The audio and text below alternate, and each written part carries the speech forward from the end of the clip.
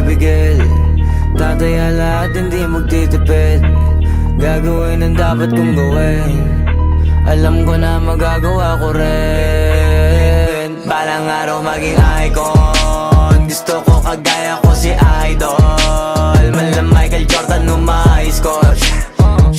Kilalang magaling pagdating sa ring. Balang araw maging icon. Gusto ko kagaya ko si Idol.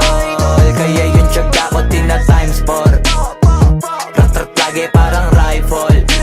Huwag na huwag ka kakagat sa fake. Iwas ka sa foul. Huwag kang makampante, ingat sa galaw. Huwag puro atake, aralin dumipensa. Minsan din depende yan kung paano ka pumwersa. Minsan kailangan pabay ng pasensya. Isa yan sa mga pangunahing diferensya. Pag natambakan ka na doon ka mag-apit. Pero pag nakalaman ka na nakakampante, sana kuha mo yung punto. Mula simula hanggang sa dulo. Dapat isagad mo yung laro mo. Dapat lagi nakatuto kada minuto. Balang araw maging icon. Gusto ko kagaya ko si Idol. Mala Michael Jordan nung ma-high score.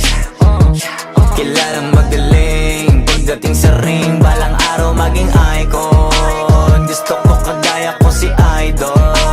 Kaya yun tiyaga ko tina times 4. Rat-rat lagi parang rifle.